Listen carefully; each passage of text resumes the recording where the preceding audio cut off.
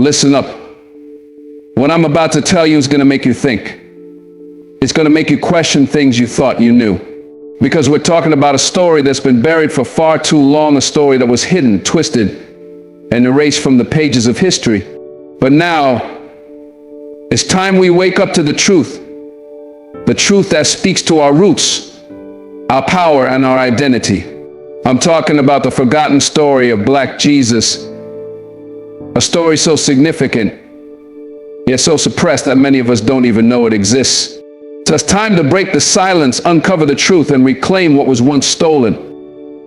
The hidden truth of Jesus' identity.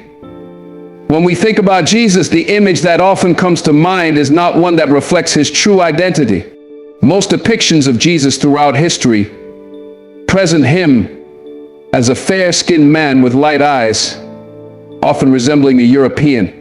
However, this is a far cry from the truth of who Jesus really was. The hidden truth of Jesus' identity lies in the fact that he was a Middle Eastern man, born into a Jewish family in Bethlehem over 2,000 years ago, in the region that we now call Israel. To truly understand his life, his mission, and his message, we need to remove the filters of history, culture, and manipulation that have distorted his identity over time. Jesus' ethnicity and appearance. Jesus was born in the ancient land of Judea, part of the Roman Empire, which encompasses the modern-day territories of Israel and Palestine. He was a Jew by birth, and his physical appearance would have been typical of someone from the region at that time. According to historical and geographical records, people living in Judea were of Semitic origin, with olive-toned skin, dark hair, and brown eyes. In other words, Jesus would have had physical features similar to those of the people from the Middle East and North Asian to today. For centuries, however, the portrayal of Jesus has been influenced by cultural and political forces that sought to make him look more familiar to the Western world, particularly to Europeans. These images served not only as artistic interpretations, but also as political tools to promote the dominance of European cultures. In the process, the truth of Jesus' identity, both as a Jewish man and a person of color, has been hidden or ignored, with significant implications for how people of various ethnic backgrounds relate to him. The impact of the whitewashed Jesus, the whitewashed version of Jesus, has had a profound effect on religious and cultural history. By presenting Jesus as a fair-skinned, blue-eyed figure, Western Christian artists and theologians were able to create a more Eurocentric image of Christ that was more relatable to European societies. These depictions began during the Renaissance and became even more widespread during colonialism and imperialism, when European powers used Christianity as a tool of cultural domination. The portrayal of a white Jesus has reinforced a sense of racial superiority in many Western countries. It suggested, whether consciously or unconsciously, that the divine, the holy, and the righteous were all connected to a European identity, leaving many people of color to question their own relationship with Jesus. When Jesus was represented as an individual who did not share their racial or cultural background, it created a disconnect, a feeling of alienation that made it more difficult for people of color to identify with the Savior. This whitewashed version of Jesus also played a role in justifying and perpetuating the systems of oppression, slavery, and racism that dominated European colonial powers. By presenting Jesus in a way that upheld the cultural norms and racial hierarchies of the time, it became easier for people in power to claim that their dominance was divinely sanctioned.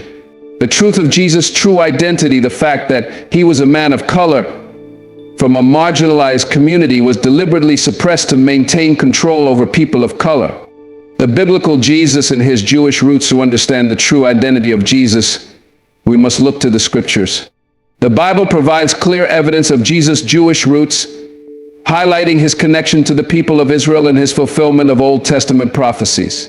From his lineage in the Gospel of Matthew, which traces his ancestry back to David, to his upbringing in Nazareth, a town in the region of Galilee, we see a portrait of a man whose identity is deeply tied to Jewish traditions and history. Jesus' family, his environment, and his teachings were all steeped in Jewish culture. He observed Jewish customs, attended synagogue, and engaged with the Hebrew scriptures. His message was rooted in the Jewish understanding of God, his kingdom, and the coming Messiah.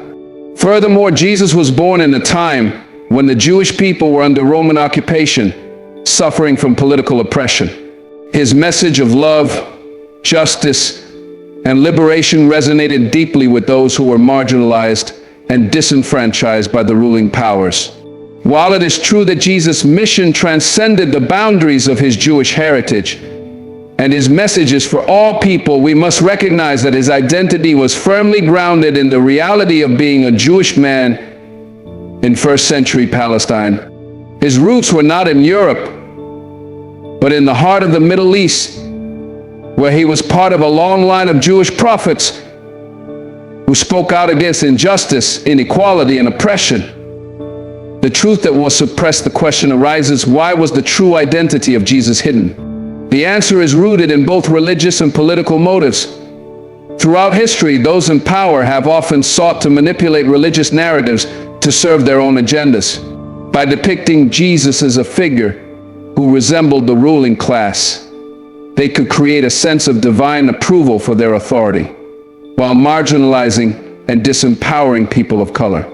The portrayal of Jesus as a white European figure also served to align Christianity with colonialism and imperialism, helping to justify the exploitation of native populations in Africa, the Americas, and Asia. By presenting Jesus as someone who looked like the European colonizers, it made it easier for them to view their mission as divinely inspired, reinforcing the false idea of racial superiority and justifying the enslavement and subjugation of millions of people of African descent. But the truth is undeniable. Jesus, the Son of God, was a man of color, born into a marginalized ethnic group, and his teachings were radical and subversive. He was born to challenge the status quo, to advocate for justice, equality, and love for all people, especially those who were oppressed.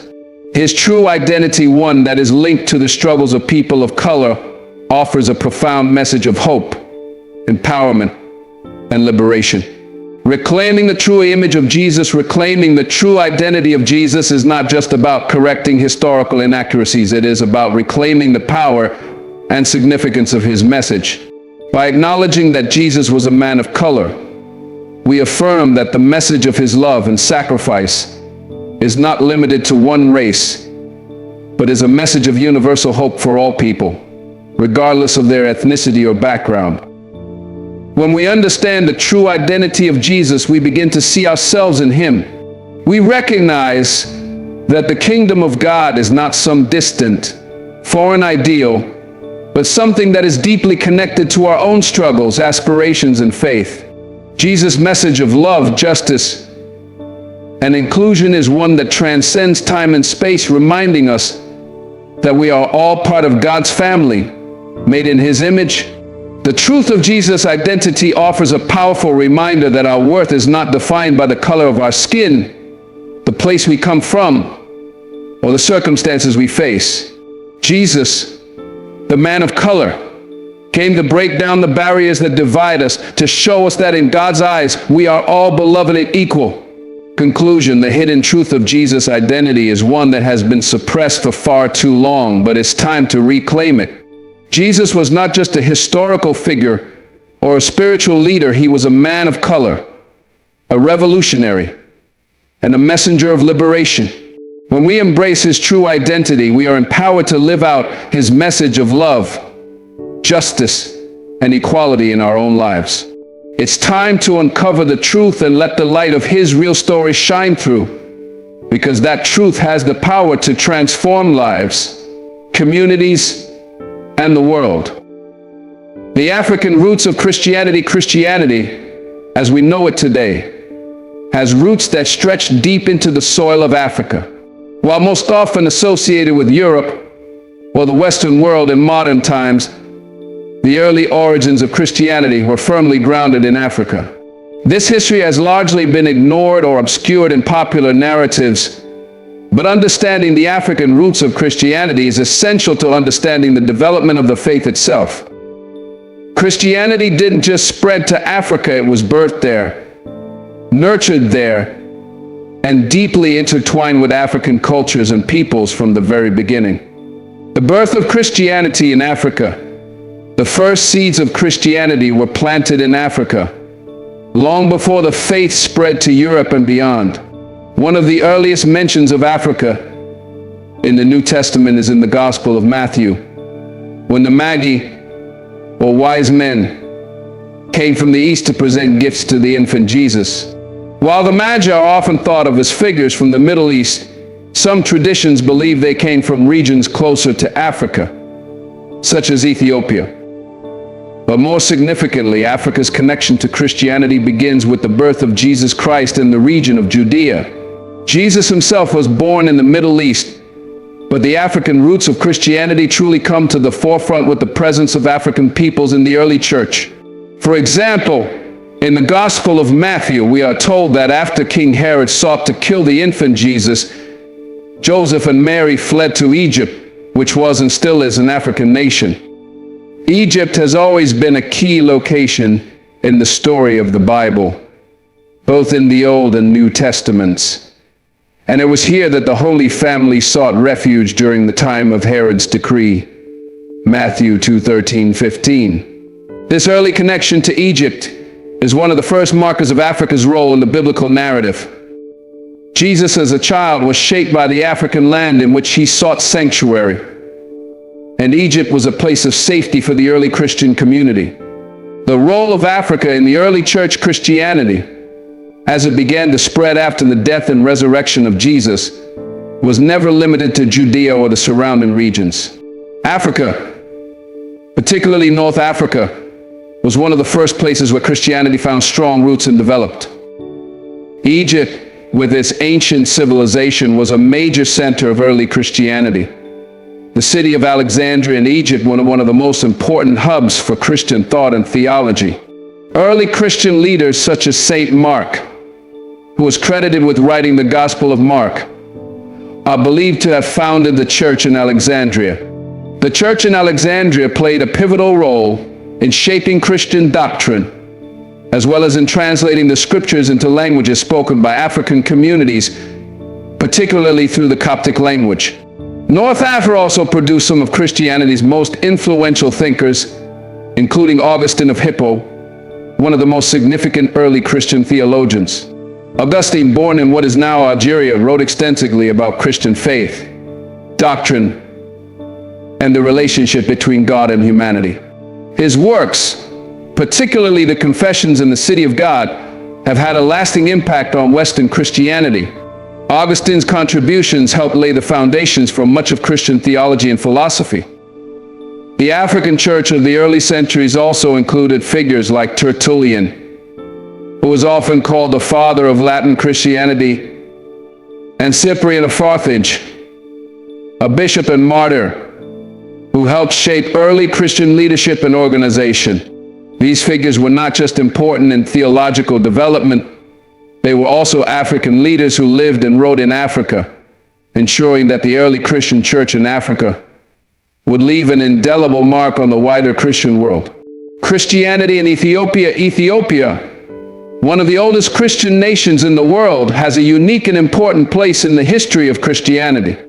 Christianity was adopted by the Kingdom of Aksum, modern-day Ethiopia, around the 4th century, making it one of the first nations to officially embrace Christianity. The story of the Ethiopian eunuch in the book of Acts, Acts 8:26-39, is another clear indication of Africa's early connection to Christianity. The eunuch, a high-ranking official from Ethiopia, was baptized by Philip the Apostle, symbolizing the spread of Christianity beyond the Jewish world and into the African continent. The Ethiopian Orthodox Church, which traces its origins to the 4th century, is one of the oldest continuous Christian traditions in the world. It has preserved ancient Christian practices, scriptures, and traditions that are often distinct from those of other Christian denominations. The church in Ethiopia continues to be a powerful symbol of Christianity's African roots, preserving a rich heritage of faith that is deeply connected to Africa's spiritual and cultural identity. African Christianity and its legacy. The African roots of Christianity are not just confined to the ancient past. They have continued to shape the development of the faith into modern times. African Christians have played a significant role in the global spread of Christianity, particularly in the 20th and 21st centuries. Today, Africa has some of the largest Christian populations in the world, with countries like Nigeria, Kenya, and Uganda witnessing explosive growth in Christian communities. In many parts of Africa, Christianity is lived out with a deep connection to African traditions and cultures. African Christian leaders, theologians, and missionaries have shaped the way Christianity is practiced and understood in Africa. Many African Christians incorporate aspects of African spirituality, such as a focus on community, family, and the spirit world, into their understanding of the Christian faith. This blending of African cultural practices with Christian beliefs has created a vibrant and unique expression of Christianity in the African context. Africa's contribution to the global church is undeniable, and the African roots of Christianity continue to provide a foundation for growth, renewal, and transformation in the faith. The early Christian leaders of North Africa, the Ethiopian church, and the African presence in the Bible all remind us of the deep connection between Africa and Christianity, a connection that goes back to the very beginning of the faith. Conclusion: Christianity did not simply originate in Europe and spread to Africa. Africa has always been a foundational part of the Christian story. From the Holy Family's flight into Egypt to the great theologians of North Africa and the early Christian communities in Ethiopia, the African roots of Christianity are rich, diverse, and far-reaching, and they are an integral part of the church's history and identity. As we continue to explore the true origins of the faith, it is essential that we remember and honor Africa's profound contributions to Christianity, ensuring that these truths are passed down to future generations of believers worldwide. The politics of representation and control. Representation plays a crucial role in shaping society's perceptions, attitudes, and understanding of both individual identities and collective cultures. In many ways, how people are represented in media, art, religion, and history dictates how they are treated, how they see themselves, and how others perceive them. One of the most profound examples of this is the politics of representation in religion, particularly in Christianity, and the way it has been used as a tool for control. The manipulation of religious images and teachings has served not only to shape spiritual beliefs, but also to maintain power structures that benefit the dominant classes while marginalizing others, particularly people of color. The power of representation in religion. Representation in religion is incredibly powerful because it influences people's understanding of the divine and how they relate to higher spiritual truths. In Christian teachings, God is presented as the ultimate power, the creator of the universe, the source of all life, and the judge of humanity. How the divine is represented can determine how people see themselves in relation to that power. If the divine is depicted as looking like the dominant racial, ethnic, or cultural group in society, then that group is naturally inclined to feel a sense of divine favor or superiority. On the other hand, if people from marginalized groups are excluded or misrepresented, it can have the detrimental of alienating them from a relationship with God and making them feel disconnected from spiritual power. This is particularly evident in the portrayal of Jesus Christ.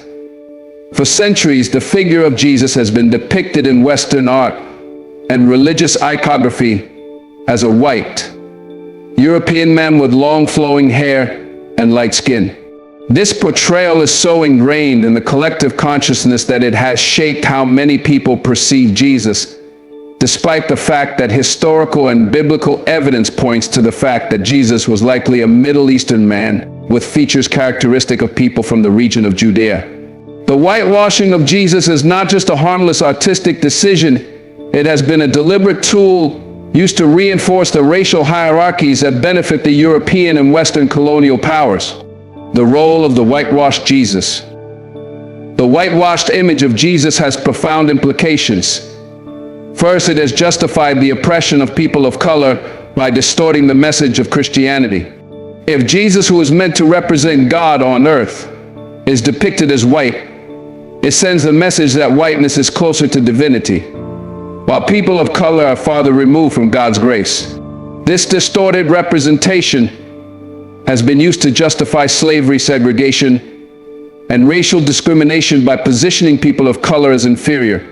If the Savior of the world looks nothing like them, then it's easy to infer that they too are somehow less divine, less worthy, or less favored.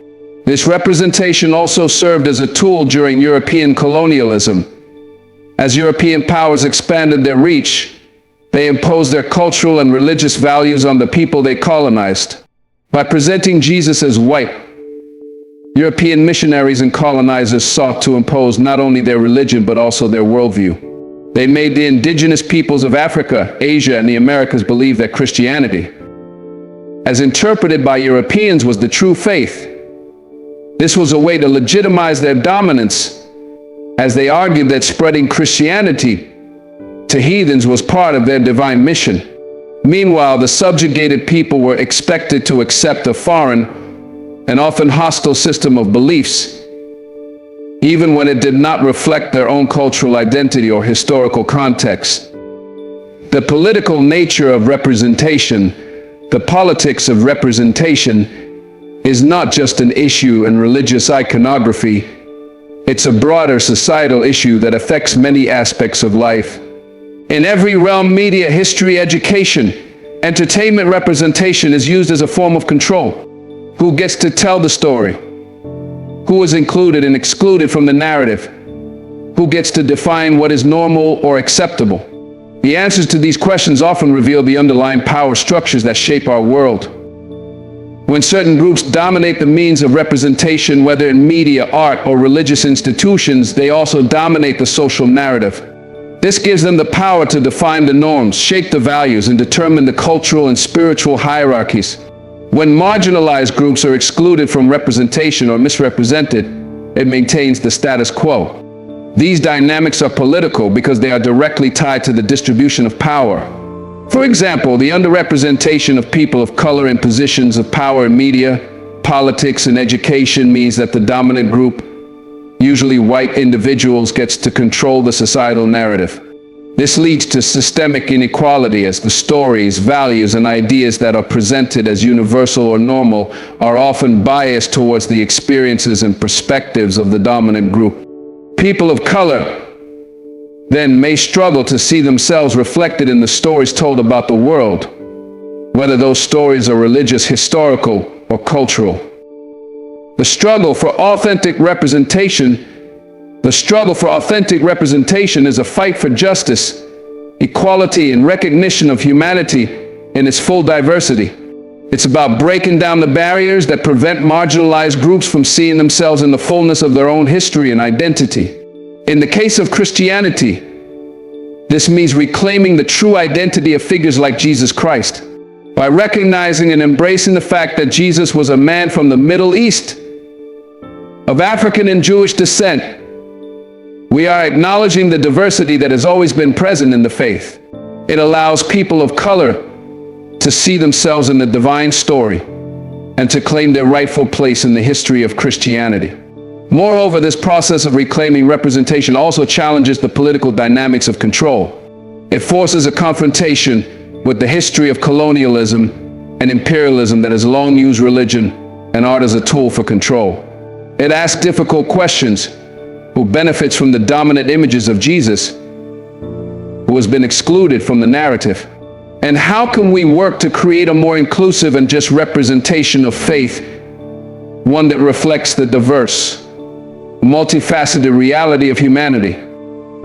The future of representation and justice, the politics of representation and control, are far from being resolved, but there is hope. The call for more inclusive, diverse, and authentic representation is growing louder in all areas of society, religion, media, politics, and beyond.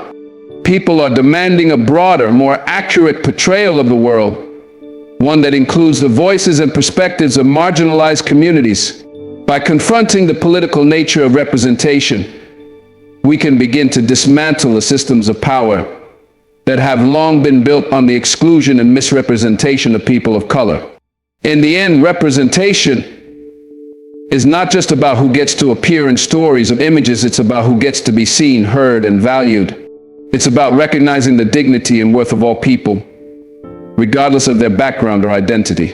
And in the context of religion, it's about returning to the truth that Jesus was a man who stood for justice, equality, and love, values that transcend race, culture, and history, and that are meant to uplift all people, not just those who have been historically privileged. By confronting the politics of representation, we can work to create a more just and inclusive world, one that reflects the true diversity and beauty of humanity. The power of truth and liberation. Truth is one of the most powerful forces in the world. It has the ability to illuminate dark spaces, break chains, and set people free. Throughout history, the pursuit of truth is essential to movements of liberation, from political revolutions to spiritual awakenings. The power of truth, when fully understood and embraced, has the potential to liberate individuals and entire communities from oppression, fear, and ignorance. The role of truth and liberation. At its core, liberation is about freedom from systems of control, injustice, and oppression. But freedom cannot be achieved without first understanding the truth. Without the truth, it is difficult to recognize what needs to be liberated or why certain structures are harmful. When the truth is hidden or distorted, those in power can continue to manipulate and control the masses, keeping them in a state of ignorance or misunderstanding. Truth, however, has a transformative quality. When revealed, it exposes the injustices and falsehoods that have been used to maintain control over individuals or groups. It uncovers the lies that have been used to suppress potential, silence voices, and reinforce inequality. Truth is not just a concept or idea, it is an action that challenges the status quo and demands change. For example, in the fight for civil rights, the truth about systemic racism was exposed, forcing society to confront the realities of discrimination and inequality. The truth about the exploitation of indigenous peoples was uncovered, leading to the demand for justice and recognition of their rights. The truth about human rights violations in various parts of the world has sparked global movements that strive to end oppression and give people the freedom to live with dignity and respect. Truth in the context of religion. The power of truth is also deeply connected to spirituality and religion.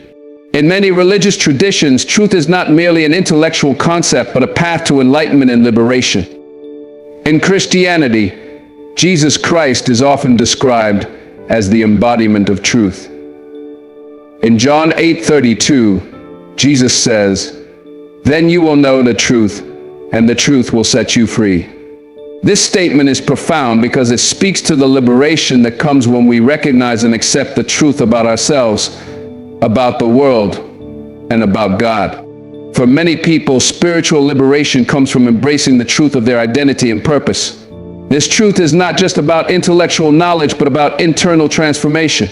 It's about understanding who we are in relation to God, to others, and to the world around us. This understanding frees us from the bondage of fear, shame, and guilt that so often hold us back from living fully.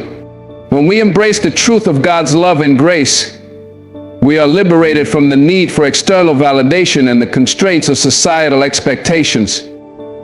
The power of truth in religion also relates to the liberation from false teachings or oppressive interpretations of faith. Throughout history, religious truths have often been twisted or manipulated by those in power to control others. But when the truth of the faith is revealed, truth about justice, mercy, equality, and love, it frees people from falsehoods that have been used to maintain oppressive systems.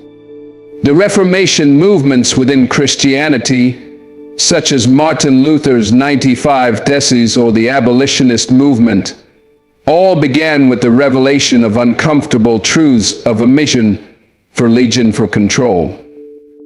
Truth is a catalyst for personal transformation. Truth is not only a force for social change and spiritual awakening, it is also a catalyst for personal transformation.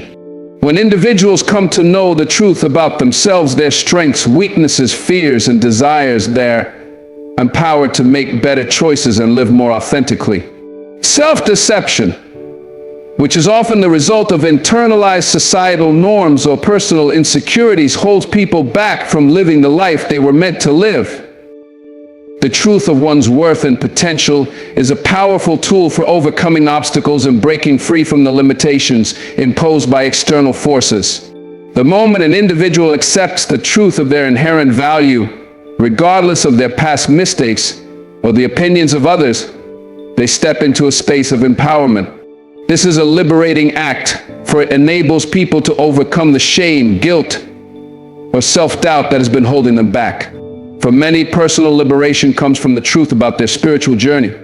Understanding that they are beloved by God, created with a purpose and capable of great things, opens up new possibilities for growth and fulfillment.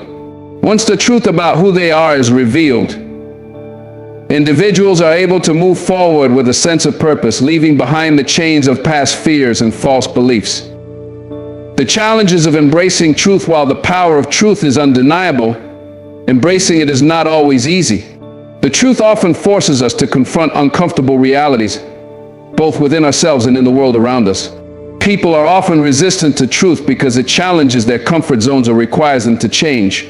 Societal systems of control and oppression thrive on keeping people in ignorance, and those who seek to expose the truth often face significant pushback. In many cases, the truth is hidden by those in power to maintain control. Political regimes, for example, often suppress the truth about injustices committed within their borders to avoid backlash and maintain authority. Similarly, in personal relationships, individuals may suppress the truth to avoid conflict or to maintain their own power. However, as difficult as the truth may be to face, it is only by confronting it that we can move forward and achieve real transformation. The journey to embracing the truth often requires courage, resilience, and vulnerability. But in the end, it is through the truth that we find true liberation. When we stop hiding from the truth, when we stop pretending that things are as they should be, we can begin to create a world that reflects justice, love, and freedom. Conclusion: the power of truth and liberation are inseparable. Truth is the foundation of real freedom. It is the light that reveals the path to liberation, both on a personal level and in society. Embracing the truth empowers individuals to break free from internalized limitations and allows communities to confront systemic oppression and injustice. Whether in spiritual practice, social justice movements, or personal growth, the pursuit of truth is central to the human experience. When we allow truth to guide us, we create a more just and compassionate world. We remove the barriers that keep us divided and replace them with the freedom to live authentically, to love unconditionally, and to work towards a better future. The power of truth is transformational. It liberates, heals, and sets us free.